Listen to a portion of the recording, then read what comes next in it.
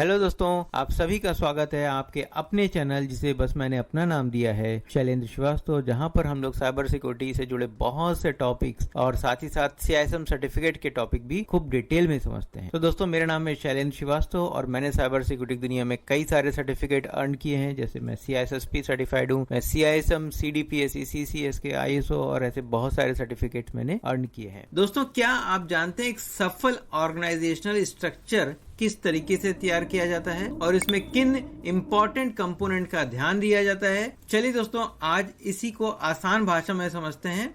अपने आज के topic organisational structure, roles and responsibility में ऑर्गेनाइजेशनल स्ट्रक्चर और उसकी जरूरत क्यों होती है, पहले ये समझ। हर बड़ी कंपनी या ऑर्गेनाइजेशन में एक मजबूत और ऑर्गेनाइज स्ट्रक्चर होना जरूरी होता है। यह ढांचा तय करता है कि कौन कौन से व्यक्ति किस प्रकार की जिम्मेदारी निभाएंगे और उनकी डिसीजन मेकिंग पावर कितनी होगी। कोविड फ्रेमवर्क के अनुसार एक ऑर्गेनाइजेशनल स्ट्रक्चर के कुछ महत्वपूर्ण कंपोनेंट होते हैं और वो होते हैं, पहला कंपोनेंट होता है फॉर्मल इस्टेब्लिशमेंट। ऑर्गेनाइजेशनल स्ट्रक्चर को औपचारिक रूप से स्थापित किया जाना चाहिए। यह एक डॉक्यूमेंटेड प्रोसेस होना चाहिए ताकि सभी को स्पष्ट रहे, बिल्कुल क्लियर रहे। दूसरा है इसमें क्लियर रोल्स एंड रिस्पॉन्सिबिलिटी। हर व्यक्ति और टीम की भूमिका स्पष्ट होनी चाहिए। Operational principles and procedure. Organisation में काम करने के नियम और प्रक्रिया डॉक्यूमेंट की जानी चाहिए और उसका पालन किया जाना चाहिए। Authority and escalation process. निर्णय लेने की जिम्मेदारी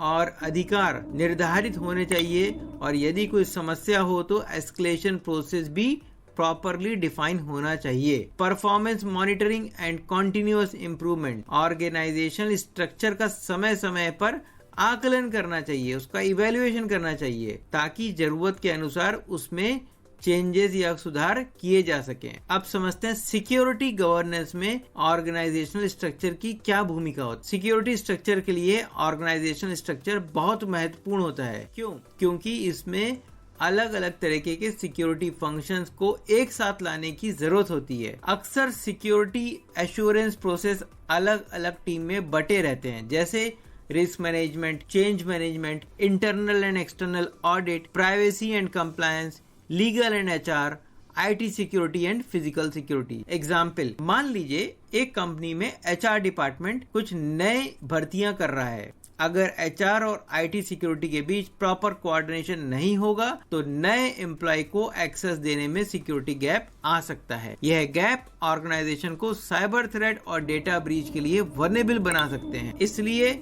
ऑर्गेनाइजेशनल स्ट्रक्चर को इस तरीके से बनाना जरूरी है कि सभी डिपार्टमेंट कोऑर्डिनेट करें और कोई भी सिक्योरिटी गैप ना रहे। Coverage security. दोस्तों, आजकल सिक्योरिटी को अलग अलग साइलोज में बांटना कम हो रहा है और सिक्योरिटी रिलेटेड फंक्शंस को इंटीग्रेट किया जा रहा है। इसका सबसे अच्छा उदाहरण CISO, chief information security officer, या CSO, चीफ सिक्योरिटी ऑफिसर में ट्रांसफॉर्मेशन है। एग्जाम्पल, पहले IT सिक्योरिटी और फिजिकल सिक्योरिटी को अलग अलग टीम मैनेज करती थी, लेकिन अब कई सारी कंपनियां दोनों को एक साथ जोड़ रही हैं। जैसे कि कंपनी अपने डेटा सेंटर को सुरक्षित रखने के लिए CCTV सर्विलेंस, फिजिकल सिक्योरिटी के माध्यम से और बायोमेट्रिक एक्सेस IT सिक्योरिटी के साथ उपयोग करती है। अब फ्यूचर ट्रेंड की बात करते हैं। सिक्योरिटी इंटीग्रेशन की जरूरत अब बढ़ती जा रही है। आजकल की तेजी से बढ़ती दुनिया में साइबर थ्रेट भी बढ़ रहे हैं, इसलिए ऑर्गेनाइजेशन अब सिक्योरिटी फंक्शन को पूरे एंटरप्राइज के साथ मर्ज कर रही है ताकि रिस्क को